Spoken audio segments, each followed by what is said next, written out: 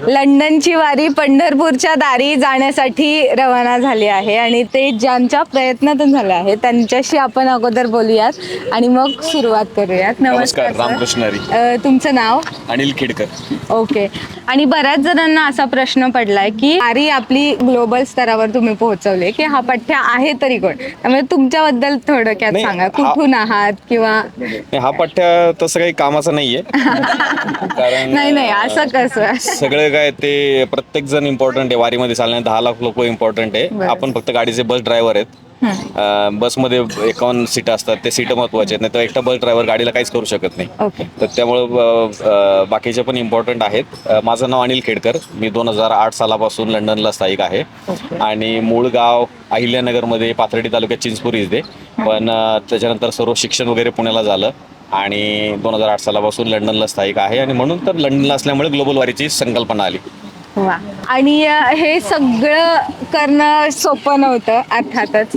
म्हणजे काय वाटतंय किंवा जे विचार केलं होतं ते तिथपर्यंत इतकं मोठ्या लेवलला होईल असं वाटलं होतं? नाही, जेव्हा आपण एखादी गोष्ट सुरुवात करतो त्यावेळेस आपण विजन क्लिअर असला पाहिजे. आपला महत्वाकांक्षा काय आहेत. आपली महत्वाकांक्षा एकदम सिंपल होती, पांडुरंगाची भेट. बरोबर. त्यामुळे आपल्याला अपेक्षा खूप काही जास्त नव्हत्या. रस्त्यामध्ये नवीन नवीन लोक जोडत गेले, नवीन ओळखी झाल्या आणि त्याच्यातून हे वैभव प्राप्त होत गेलं.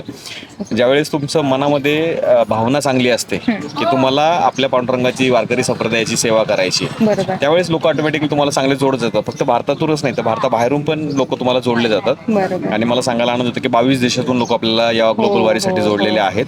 आणि आता आपण पंढरपूरच्या दिशेने मार्गस्थ होत आहोत आणि पांडुरंगाच्या कृपेने ही वारी एकदम सुखकर सुरू आहे. ओके. आणि भारतामध्ये आपण बघतो की किंवा हिंदू धर्मातच भरपूर देव आहेत, मग विठ्ठलाचीच निवड का? नाही, आपण सगळ्या देवांचा आदर किंवा करतो. मंदिर स्थापन करायचं म्हटलं आपण, ते विठ्ठलाच. नाही, आपण सगळ्या देवांचा आदर करतो. सगळे देव बरोबर. आपल्यासाठी नतमस्तक आणि वंदनीय आहेत. पण विठ्ठलाचंच का, तर भारताबाहेर पंजाबी, गुजराती, साऊथ इंडियन लोकांचे मंदिर आहेत. पण परदेशामध्ये मराठी माणसाचं हक्काचं मंदिर नाही. आणि मराठी माणसाचं जर देव बोलला तर प्रत्येकाच्या घरामध्ये विठ्ठल रुक्मिणी आहे. आणि विठ्ठल रुक्मिणी हा आपला महाराष्ट्राचा आराध्य दैवत आहे, जो की आपण भोळा पांडुरंग म्हणतो. तो सगळ्यांसाठी इक्वल आहे. तिथे कोणी मोठा नाही, छोटा नाही आणि सर्व समान आहे. स्त्री, पुरुष, गोर, गरीब, काळा, गोरा सगळे समान आहेत. बरोबर. दुसरी गोष्ट म्हणजे विठ्ठलाच्या हातामध्ये कोणतेही शस्त्र नाहीयेत. बाकी सगळ्या देवांच्या हातामध्ये शस्त्र आहेत. तो निशस्त्र असणारा देव आहे. तिसरी गोष्ट म्हणजे जे विष्णूंचे अवतार आहेत, त्या सगळ्या अवतारांना तुम्हाला कमीत कमी 2 फूट, 5 फूट, 10 फुटावरून दर्शन होतं. हा एकच विष्णूचा अवतार आहे ज्याच्या पायाला तुम्ही हात लावता. तर मग हा देव असा आहे की बाकीचे देव भक्तांना बोलवतात. हा देव असा आहे की विटेवरती उभारून कमरे हात ठेवून की मी भक्तांसाठी उभा आहे. म्हणून ही वारी करतात का लोक, तर पांडुरंग वाट पाहते म्हणून वारी करतात. बरोबर. बाकीच्या देवांना आपल्याला जावं लागतं, तिथे तो देव तुम्हाला पाहतो. म्हणजे हा देव जो आहे तो सर्वसामान्यांचा आहे. तर सर्वसामान्यांचा देव आहे म्हणून त्याला ग्लोबल करणं आपलं काम आहे. जो कुठलीही अपेक्षा न करता, तुम्ही पंढरपूरमध्ये जर पाहिलं तर आजही 11 रुपये, 21 रुपये, 51 रुपयाची पावती फाडली जाते. तर साधा गरीबाचा पण तो देव आहे, म्हणून त्याला आपल्याला ग्लोबल करायचं. ओके. आणि जसं तुम्ही विचार केला होता की इतक्या मोठ्या प्रमाणावर आपल्याला प्रतिसाद मिळेल, सो काय वाटलं होतं? नाही, प्रतिसाद अपेक्षेपेक्षा जास्त आहे. सुरुवातीला असं वाटलं होतं की एक 10-12 लोक आपण ग्लोबल वारी करू किंवा एक 5-10 देशातून जाऊ. पण आता पाहता 11 देशामधून आपल्या पादुका आलेल्या आहेत. भारतामध्ये, मुंबईमध्ये जंगी स्वागत झालं. आळंदीमध्ये व्यवस्थित पादुका, ज्ञानेश्वर महाराजांच्या समाधीची पूजा करून, ज्ञानेश्वर तुकाराम महाराजांचे दर्शन घेऊन, म्हणजे जी जुनी पूर्वी एक वारी होती 700-800 वर्षापूर्वी, जी खरी वारी होती हिस्ट्रीमध्ये, ती अशी होती. वारकरी देहूला जायचे, तुकाराम महाराजांचं दर्शन घ्यायचे, आळंदीला जायचे आणि मग पंढरपूरला जायचे. आता त्या 2 दिंड्या स्प्लिट झालेल्या आहेत. पण आपली जी ग्लोबल वारी आहे ती जुन्या परंपरेचं एक अनुकरण केलेलं आहे. आपण देहूला गेलो, देहूवरून आळंदीला गेलो आणि आळंदीवरून पंढरपूरला चाललोय. तर चॅलेंजेस खूप असतील असं मनात आलं होतं, पण त्या मानाने चॅलेंजेस खूप कमी आहेत. हे आमचे सर्व वारकरी बांधव भगिनी आहेत आणि त्यांच्यामुळे ही वारी खरं तर सफल होतीये. आपण फक्त नाममात्र आहोत. हे खरे शिलेदार आहेत या ग्लोबल वारीचे, की त्यांना विश्वास वाटतो की ही वारी आमची आहे. बरोबर. नाहीतर तुम्ही आवाज दिला तर कोणी येत नाही. 2 मिनिट चालतील तुमच्यासोबत, नंतर काय होतील. पण आता जवळपास आम्ही 150 किलोमीटर चालत आलेलो आहोत. तर हे खरे त्याचे हक्कदार आहेत की हे त्या ग्लोबल वारीची पताका खांद्यावर घेऊन पंढरपूरकडे चाललेत. बरोबर. मग एवढं आपण चालतोय, परत दरवेळेस आता ग्लोबल वारी म्हटली की प्रत्येक गावात जाऊन वेगवेगळ्या व्यक्तींना भेटणं किंवा पायी जाणं, मग थकवा असं जाणवत नाही? थकवा तर येतोच, कारण चालणं हा एक फिजिकल चॅलेंज आहे. पुण्यामध्ये पूर होता, पाऊस होता, पुण्याच्या पुढे सासवड, नंतर ऊन सुरू झालं आणि जसं सातारा जिल्ह्यात आलोय उन्हाची तीव्रता अजून वाढली आणि सोलापूरमध्ये आम्ही एंट्री करू 2 दिवसामध्ये. सोलापूरला अजून ऊन असणार आहे, थकवा नक्कीच येतो.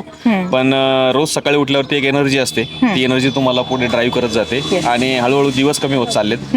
आता 6 दिवसामध्ये आम्ही पंढरपूरला पोहोचू, तर ती एक ओढ लागलेली असते. जेव्हा सोलापूर जिल्हा स्टार्ट होतो, सातारा संपून, त्यावेळेस मला असं वाटतं की तुमचे पावलं ऑटोमॅटिक पंढरपूरकडे चालायला लागतात, की आता सोलापूर जिल्ह्याला म्हणजे पंढरपूरचं जे स्थान आहे तिकडे आपण चालायला लागतो. थकवा ऑटोमॅटिक मागे राहतो आणि आपण पुढे चालतो. ओके. तुम्हाला असं कधी झालंय का की आपल्याला प्रचिती देतो पांडुरंग, म्हणजे एका क्षणात असं वाटतं की नाही, अरे हा पांडुरंग असेल की काय, असं कधी अनुभव आलाय का? नाही, ते सगळ्या लोकांमध्येच पांडुरंग आहे. हे लोक आले म्हणजे आता तुळशीवाले असतील, विनेकरी असतील, झेंडेवाले असतील, यातल्या भरपूर लोकांना आपण कधी भेटलेलोच नाहीये. ते यांच्यामध्ये खरा पांडुरंग आहे. पांडुरंग जो पंढरपूरला आहे तो विटेवरती उभा आहे, कमरेवर आठवणे. पण तुम्हाला माणसामधला पांडुरंग ओळखायचा असेल तर वारीमध्ये या. आणि त्याच्यासाठी ही वारी आहे की तुम्ही माणसामधला पांडुरंग ओळखा चला.